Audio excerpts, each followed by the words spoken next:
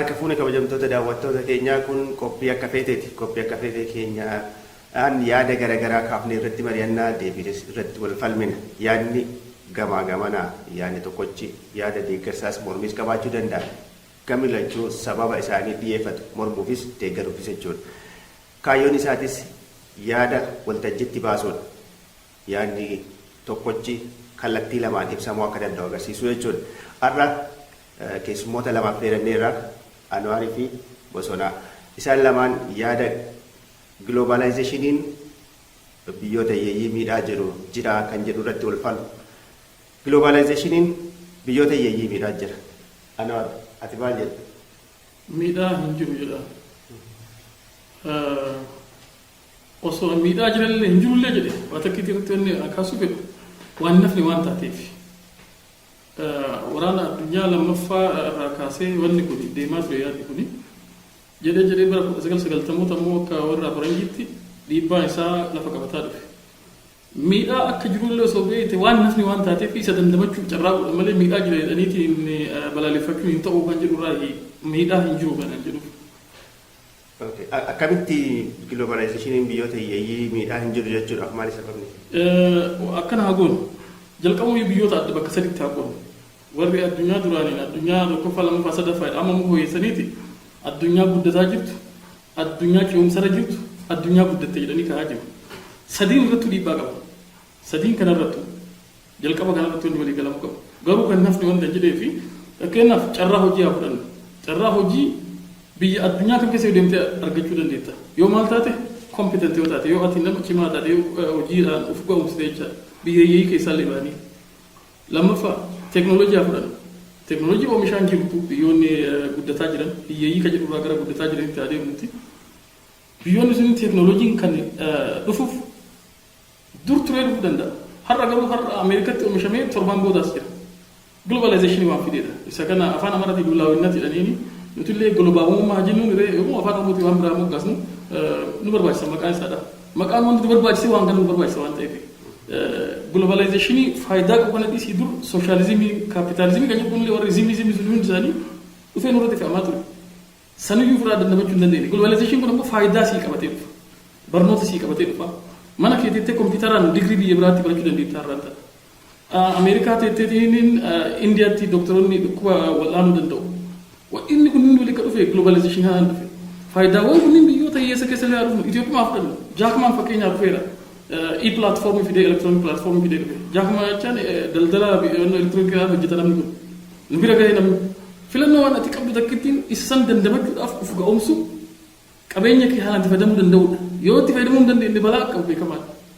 Garuu isaan nan kanneen akka salphaatti barnoota fudhadhu, diinagdee fudhadhu, carraa hojii fudhadhu, teeknooloojii fudhadhu isaan nan kunniin globalizaashinii waan nu fideedha. Abaarteellee ofirraa dhambisuu hin dandeettu. Waan kanatti waliin dorgomuu qabnaadha kan jechaa jiru. Hayyee Anwaar globalizationin biyyoota guddataa jira yookaan biyyoota hiyyeeyyiis hin fayyada malee miidhaan jiru jedhee ibseera. Bosonaa ati maal jedhu? Ani akka Anwaar kaase kanatti tarii waan walitti makame jira yaada. Kana keessatti teeknooloojiiwwan yookaan immoo dhimmoota amma addunyaa wajjin ittiin haasa'aa jiran kana isaan kana osoo hin ta'iin wanni globalizationii jennu kun isaan biratti maaltu hojjetamu? Fakkeenyaaf intarneetiin nu dhufeera. Intarneetiin akkuma as teenyee Anwaar amma kaasee carraa hojii bakka barbaannetti dandeettii keenya qofaan addunyaa keessatti dorgomnee hojjennee argachuu inni kun gaarii ta'e. Garuu wanni intarneetii wajjin dhufe immoo maalidha? Intarneetii wajjin immoo akkasuma miidhaasaa hedduutu dhufe. Isa kana akkuma jedhame ittisuun baay'ee ulfaataadha. Keessumaa jabana kana keessa teeknooloojiin biyya koo hin seenii yookaan immoo wanni addunyaan kan biraa ollaan kee qabdu gara koo hin seenii irratti hedduu ulfaataadha. Isa kana daangessuu hin dandeessu. Kanarratti kanan kaasu kompiitarri dhufeera, intarneetiin dhufeera, inni kun addunyaa kana yookiin biyyoota kana uummata kana mandara tokko gochuudhaaf as teesseetii waan Ameerikaatti ta'aa jiru, waan biyya Yurooppii keessa ta'aa jiru, waa hunda odeeffannoo qabda ta'a. Garuu wanni inni sana qabatee wajjin dhufaa jiru tokko lama sadii jennee kaa'uu dandeenya. Fakkeenyaaf amma feesbuukiin odeeffannoo argachuudhaaf waan garagaraadhaaf hedduu faayidaa qaba. Hedduu murteessaadha. Akkuma sana immoo odeeffannoo oduu dharaa inni tamsaasu akkuma sana burjaajii hamaa qaba. Lubbuu namaa gaagaa, biyya diiga waa hedduu qaba.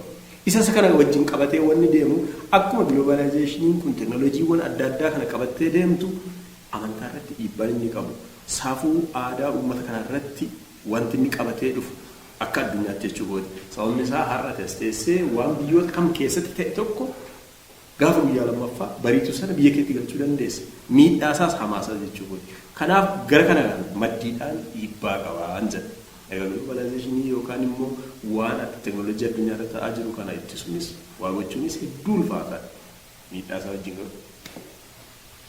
Jidduutti garuu haa takki miidhaa qabaa jechuu kana qofa kaasuu isaa sana miidhaa miti kan miidhaa bakka sadiintu qabaa jedhaan kan guddatan keessatti illee warra oomishayyuu miidhaa irra qaba warra yaada kana kaasee sanarratti miti mormii kennu kamtu caalaadha madaala kamtu haasaadha yoo ati hin cimaan ta'in ammallee taanaan yoo cimaan ta'in si fudhatee badaadha kan jedhu malee wantichi faayidaa qaba feesbuukiin faayidaa qaba beekamaadha feesbuuk san kan fayyadamu namni sun garuu yoo cimaan taane si fudhatee bada faayidaa amma globalizationii yaadni sun konseptii sun yaadrimeen sun yoo ta'u nuuf miidhaas kan qabaatu nu fayyadaadha ittiin ce'uu dandeenyaadha kan jiru kanaaf hin bu'aa qabaa jedha.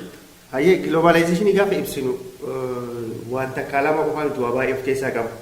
Gaafa addunyaan kun ganda takka taate yookaan mandara takka taate gaafa jennu Ameerikaa fi Itoophiyaanis addunyaa sana keessatti walumaa qixa seenanii dorgomaa jiru.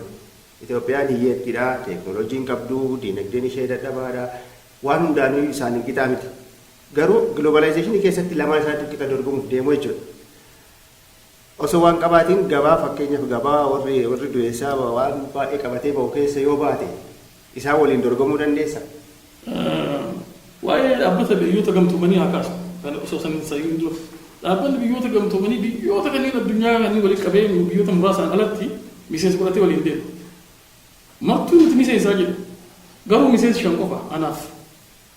Warra sagalee kuffisuu danda'u warra minqa gara globalizationii wati seenullee waan akkasiitti galan injira beekamaadha kun hamma jirtu sun si fayyadaadha malee kan jechaa jiru qabeenya uumamaa kee kan hin tuqamin saamuu dandeetta qabeenya uumamaa keessan haalli ati itti waliin baargeen gootu waliin maratteetiin teeknooloojiidhaan akka baasan fayyadamtu yoo cimaan ta'e kanaaf hin jedhe duratti ati miidhamta dorgommii isaa irratti osoo globalizationii dhufin iyyuu akka dhaabbata biyyoota gamtoomanii keessi kaasee kanaaf miseensa ofiin jettee kuwwan hin jijjiirama shanan hin jijjiiramanii shanan suni wanni isaan jedhan hundi hin ta'a yoo isaan gatan hin haqa laale bakka tokko jirta ofii bakka tokko hin jirtu kan wannoo George Orwell jedhu sanii all animals are equal but some animals are more equal than others bineeldonni hundi wal qixa garuu muraasni keessaa immoo daran wal qixaami konseptii sana kan globalizationii illee keessa kan jiru tanuma jirtu san hin dhabdaa yookaan sanuma dhabde maal taate keessaa bahuu hin dandeettu irraa fagaachuu hin dandeettu waliin dorgommii seenteeti haalli ittiin waan sa fudhateetiniif qopheessu jiraachuu qabaadha.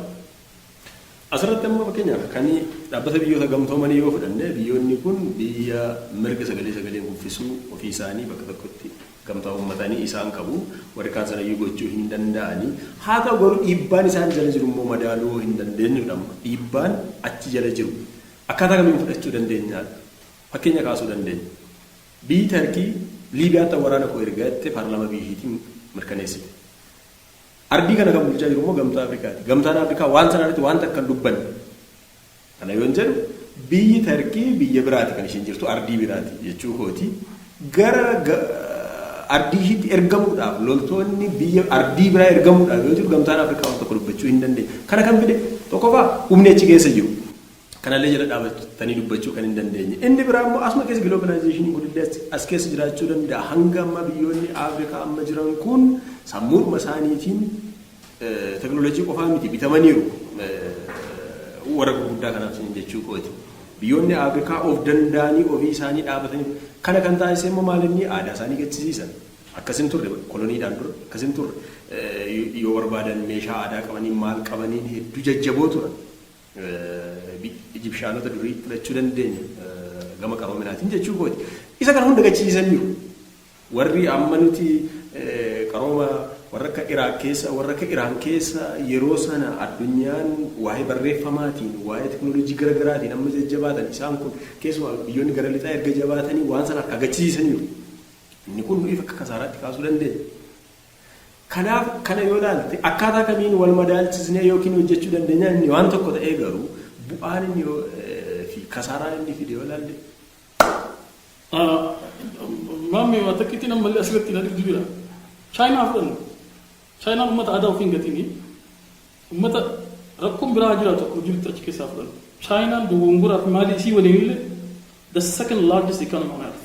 diinagdee addunyaa lammaffaan chaayinaa aadaan ofii illee hin ganne kan jechaa jiru kana laali itti cufteetti globalization fakkeenyaaf intarneetii chaayinaa keessatti intarneetii mataa ishee kana weeboo mataa ishee qabanii ka ofii qabu nuti yoo san dandeenye yoo akka dandeenye dansa yoo hin dandeenye immoo globalization kana fudhachuun dirqamaadha kan jedhu kaatiyyatti yaadni ilaala kun jiru ta'e ilaala yoo san dandeenye amma akkasitti globalization kan wanta dhiisuu hin dandeenye yookaan wanta jalaa baqannee gara itti baanuu qabneef callisnee fudhachuu qabnaadha moo globalization waan fayyadu keessa fudhatu. Waa lamatu jira keessa akkasuma lamaanuu jira. Hiyyeessa jalqabayyuu hiyyummaa keessa jirta warri yaada kana fide warra duraanuu si deeggaru. Yaadichi san fudhachuun kee dirqama faayidaa isaa garuu situ maaneejii godhataadha. Situ to'ata situ bulchataadha. Walmaa fudhannu Itoophiyaa maa fudhannu. Eega globalization kun jalqabame kalaqni sammuudhaaf biyya kanatti bahe daangaan qabu sana durarra bara sooshaalizimii fakkeenyaaf addunyaa biraa walii walitti dhuftu. Yaanni kun immoo ka warra lixaati ka warra bahaatii miti globalization akkanumatti iyyuu wayitaariiroo warra lixaa waliin qabu kalaqni maaliyyoon ammayyummaan kee hin dabala isaan sansirratti fe'uu barbaadu gara biraatiin maqaan isaa kun new world order kan jedhamuudhaan walitti fidan fakkeenyaaf akkaataa addunyaa tana ittiin tartiibsitee nuti jira karaa ammayyummaatiin wantiin ammayyaadhaa olaaltu faayidaa qaba faayidaa san booda rakkoon biraan jira yeroo hundayyuu wanni daganne kana ta'uu qaba wanni ani bosonaadhaan walii galu waasii kennanii isa duubaan waaqa jiranii shakkii kubbaa miilaa siif dandeestii fi ilaaltaa bakka hunda sii banamee jira. Isa boodaan garuu wanni biraa akka jiru beekta.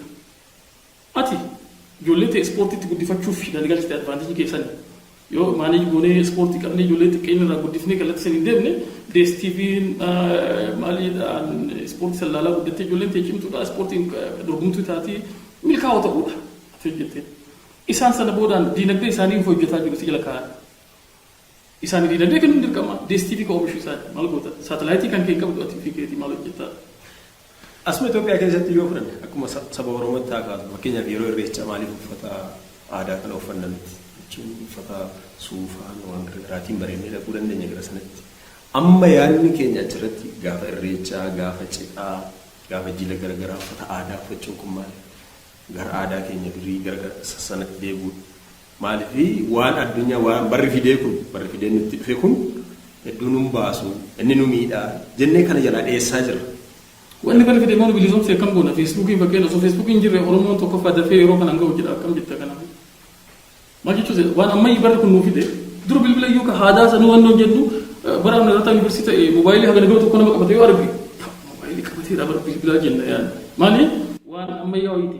Har'aan tana hundi uummanni Oromoodhaa dargaggeessa keessatti qeerroof qarreen qabatanii dhaamsa waliin gahaniiti Oromoon tokkummaa isaa daran kan cimse tokko isa balaa akkuma qabu ta'e isa hodhamne miidhaa jira aadaa keenya balleessee miti uffata aadaa uffattee isa beeksisuu dandeettaa nama namayyuu doomanii godhuu dandeettaa dhaan gajjaa. Jaarraa 15 keessa yeroo Oromoon gadaadhaan wal ijaaree too diina isaa hanga kaabaa eessa dhaqee ture kan inni rukutaa ture barsana feesbuukiin hin jiru barsana tiwiiteriin hin jiru barsana silkiin hin jiru garuu Oromoon akka Oromootti daangaa madanaa Oromiyaan qabdu jedhamtu kun kaartaa kana kan inni argate sanarratti bara gadaanichillee bara gadaan elbaa isaan kun gadaa nuti kun miseensi kun gadaa shanan kun san keessatti ejjennoonni taasisee fi wanni inni hojjete waan amma nuti hojjenne jennee dubbannu kanaa ol ta'uu danda'a garuu sanaa yoo ilaalle haa ta'u fakkeenyaaf akkuma kaasaa ture uffannaan nuti uffataa jirru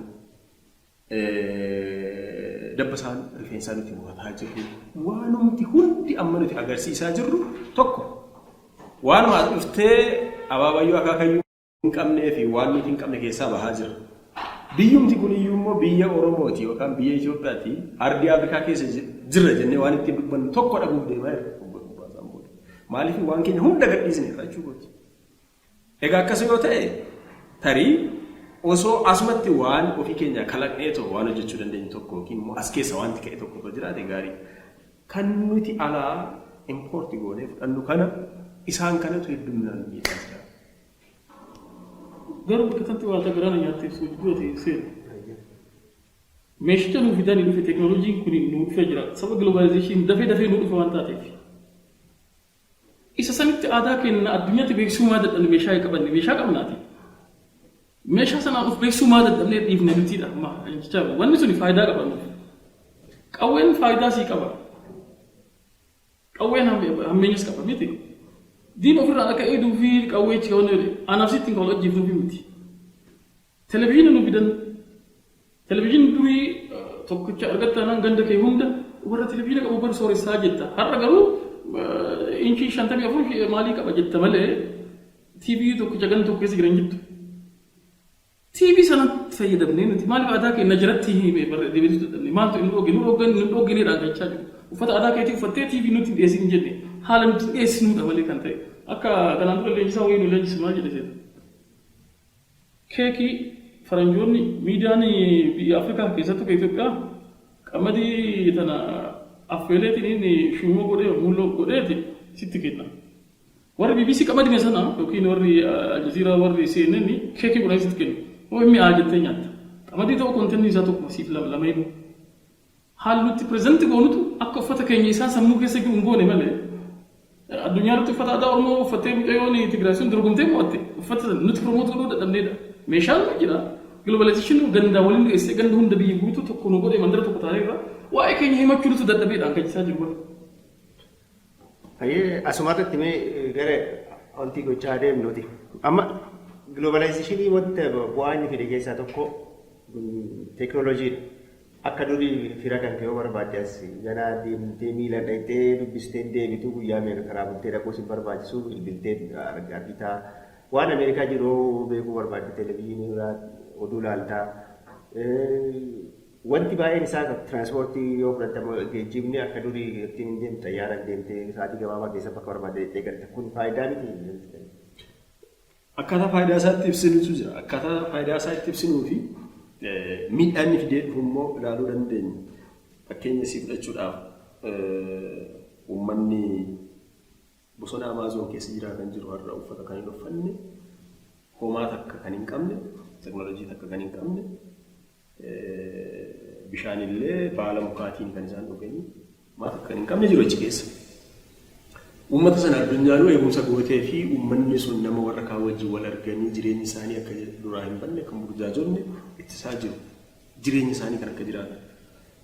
Kana naan sin jedhu maalinni uummanni sun akkuma uummata sanaatti kan inni jiraatu.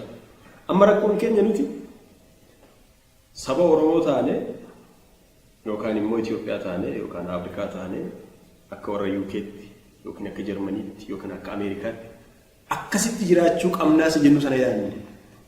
Uummanni har'a bishaanii waan sana baala mukaatii waan sana dhugu uummanni har'a uffatan uffanne sun jireenya isaa gammachuudhaan jiraataa ture.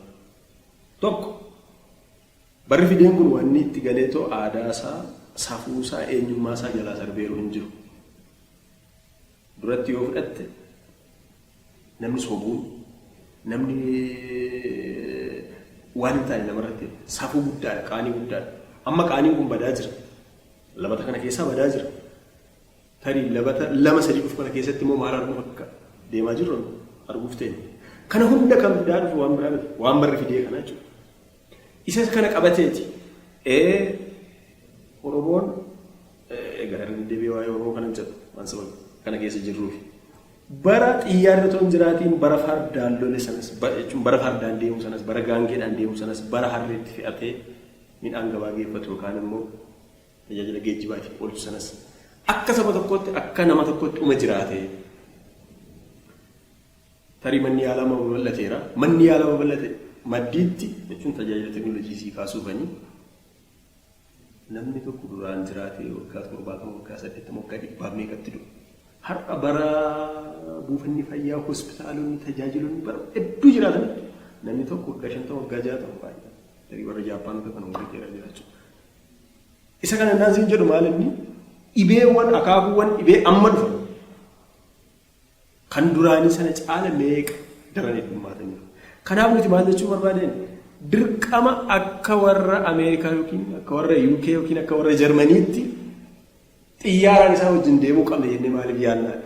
Jireenyi ishiin kun nuu taateetti ho'ifanne irra taana akka uummata Amaazoon keessa jiru sana. Ho'ifanne irra taanaan nuu ta'e irra taanaan maal achi keessa jiraachuu hin dandeenyu.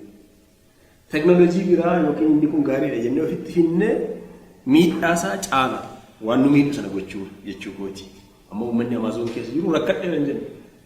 Waan takka fuula isaanii argite culluqaadhuma kana fufurdaa kana waan takka waan ta'a qullaa isaanii jiraatu. lafa kanatti gannaa kun akkanatti jiidhaa qabbana kana keessa jechuudha. Kanaaf akkaataa sanaan jiraachuun dhuma danda'ama ture. Amma immoo hundi wal makeera. San duubatti deebisna jechuun dandeessu. Wanni hundi sababni isaa haalli jireenyaa haalli garaagaraa jechuun impoort ta'e kan nutti dhufu hedduu danqaa garaagaraa uumeera. Har'a uffata shamizeetti uffattu kana duraan birrii shan yoo ta'e dirqama birrii shanitti irra deebisna jechuun dandeessu. Har'a birrii 1,000 meeqa ta'e deebisuu dandeessu. Har'a duubatti deebinee qullaa keenya akka duriitti jiraan jechuun dandeenya nu ulfaata ta'a. Haa ta'u garuu dhiibbaan inni itti fide gama kanaan ilaaluu dandeenya jechuudha. Amma gaafiidhuma isa gaafadhe kanan gara keetti deebisuu ta'e. Bara durii namni bilbilli hin jiru, konkolaataan hin jiru, xayyaarri hin jiru, televezyiiniin hin jiru, waa'ee bakka biraa yoo fira isaa yaade fagollee ta'u karaa bulee guyyaa baay'ees karaa bulee dhaqee gaafata. Yoo namni raadiyoo isa dhaqee gaafata gaa'ee cidhaa fi yoo dhufaa yeroo rakkoo akkasitti ol bira dhaabataa ture. Amma teekinooloojiin dhufeera. Namni hundumti keenya iyyuu of beeyna gaa. Maatii keenya iyyuu hagam gaafani. Kanaafuu teekinooloojiin dhufu sun teekinooloojiin giloobaalaayizeeshinii qabatee dhufe kuni namoota addaan fageesseera. Akka garaa walitti akka jabaatu godheera jedhama. Ati kanarratti maal jette kun wanti kun miidhaa miti? San dura garuu duubatti haa deebisu gara seenaa ilma namaatti. Wayita barannu homo habilis homo erectus jennee dan homo sapien jenne. Qaroomin sammuurraa dhawaataan keenya tirata san keessa darbe. Kana jechuun sammuun namaa yeroo gara yeroo dabalaa deema. Jalqaba yoo wanni nu gochuu qabu. Achuma dhaabbatee jiraachuu qaba ilmi namaa waan jedhu jalqaba kanarratti waliin galuun dabalaa deemuu qaba waan ta'eef. Evoluushinii nu keessa dabarsuun dhaloonni namaa sanyiin horteen namaa keessa darbe kun iyyuu akka saayinsii jedhutti jecha yoo dhugaa taate. Warri amantaa immoo irraa sun akkuma jiru ta'e jecha. Ka saayinsii baranne suni caasaa akkasii keessa darbee homo sapien ga'e. Homo sapien yeroo jennutti qarooma kan sammuun isaa baay'ee gamna ta'e ilma namaa akkasiiti jedha. Kana jechuun dhawaanni suni waa fidee dhufeera sadarkaa globalizeeshinii kanaan nu gahee jira. Kanarratti walii gallee dhiibbaa qaba moo hin qabu shakkiin hin jiru dhiibbaa qaba kan jechaa jira. Warra ji'oogiraafiitu maal jedha seeta? Waa'ee uumamaa kanaa kaasaniiti possibilism versus determinism waan jedhu tokko jiru. Uumaan to'atamuu hin dandeettu jedhu warri determinizimii. Warri possibilismii yommuu ta'u uumaan to'atamuu hin dandeettu. Garuu itti maxxansuu dandeenyaa jedhu. Aduun nama gubuu isiin dhiiftu dibaabee hojjetachuun kan keenyaa itti maxxansneera. Aduun dhaabni gubuu ishee itti fuftu maa godhuu hin danda'amu waan ta'eef. Garuu dibaabee hojjechuudhaaf falaqa. Homo sapien kan jedhu sharp wise man yookiin ilma dhala namaa gamna qaruu ta'e jennee. Globalizeeshinii kanallee kana jechaa jiru dhiibbaa hin qabuudhaan miti kan jedhu. Isanii possibilismii uumuu dandeenya. Eega sammuu qabaanne eega waan kana hambisuu hin dandeenye maaliif itti maxxansuu hin dandeenye? Aadaa kee akka balleessuu hin taane aadaa kee warri bilaalee fudhachuu. Mandara tokko taanaan jaakeetii isaa qofamaa fudhatta. Jaakeetii keenya maan kenni akka ministeera muummee keenya pirezidaantii Ugaandaa jaakeetii onnoo abbaa gadaa tokko gootii kennanii. Isma simple waan salphaa miti. Kan isaanii qofamaa fudhanna keenyoo kennine san maaliif fayyadamneedha malee ani miidhaan qabu hin jenne. Teekinooloojiin nama hedduu addaan kuteera. Du'ayyuu ga'u rabbi si haa jabeessu gaa jechuu akka eegallee jira. Uummanni duruu dhufee wal ga'u. Qaamaan wal arguu wanni hin caalu fakkeenya bilbilaan wal arguu fi qaamaan wal arguun garagara. Ani kan jedhu itti madaqsuun kan kennaadha. Sirnicha abaaru. Globalizeeshinii abaaruu hin qabnu. Miidhaa isaa ufa abaaruu qabna malee globalizeeshinii abaaruu qabnudha kan jedhu. Akkaataa amma kana keessa jirru kanaan amma fakkeenyaaf biyyoota Afrikaa fudhannu biyyoota Afrikaa kana keessa hedduun isaanii of hin danda'anii homaa jireenyaan of hin danda'anii biyyoonni kun akkaataa kamiin itti of madaqsuu danda'u akka ammatti kaasti kanatti yoo isin jedhamu maal inni wanni nuti qabnu hundi isaa waan irratti fe'amaa jirudha malee waan nuti irratti fe'aa jirru miti. Irratti fe'uu miti isaan jala dhaabachuu hin dandeenye. Isa kana akkamitti wal simsiisuu dandeenya? Kana yoon jedhu fakkeenyaaf akka Chaayinaatti qabameera. Chaayinaan sirna mataa ishee kan ishiin hordoftu waa hunda afaan ishee irraa eegale jechuudha. Afaan ishee irraa eegale kan biraarratti dheeti malee biyya sana keessatti afaan isheetiin addunyaa irratti afaan isheetiin kan ishiin fayyadamtu isaan gochaa hin jiru. Ardiin inni kun keessumaa ardii akka Awurooppaa kanaa fi Eeshiyaa garri tokko heddummina waan kanaaf saaxilamuudha. Isa kana kanatti irraa akkanaa kun waa'ee jijjiirama qilleensaa nakaasisaa jirta. Nuti warshaan qabu. Ofii beenya addunyaa gaafataa jirra. Doolaara biliyoona 100 maalii yoo jennee. Maaliif san gaafannee kan jiru yoo gaafu isaan guddatanii warshaan isaanii hojjetan dhiibbaan sun nurra dhufe waan ta'eef. Kanaaf globalizaashinii kan jechaa jiru. Harri Awustiraaliyaa gube addunyaa waliin gahaa jira jedhan. Wayita kana ilaalu maali? Globalizaashinii dandamachuu kan dandeenyu yoo itti maxxanee qofaadha kan jedhe aadaa keenya balleessinaa miti kan jedhe. Dhiibbaa isaa hedduu tarreessuu danda'a fakkeenyaaf. Akkanaa goonu dhiibbaa isaa keessaa fakkeenyaaf haa yaada kan keessatti job insecurity hojii geggeessaan kee yoo ati itti tolinsi ari'a maaliif boruu kan biraa qaxaruu danda'a bakka biraatti dhufee. Even insecurity jecha job insecurity akkanuma jekees ilaaleetiin yoo si jibbe inje kumaatamaan jiraasiin jedha akka biyya alaa fiduu bar hindii fa'aa fiduu si barbaachisa ta'e Filipiinii fidaa siin jedhe. Job insecurity addunyaa irratti baay'atee kan jiru tokko globalizaashinii fakkeenyaaf.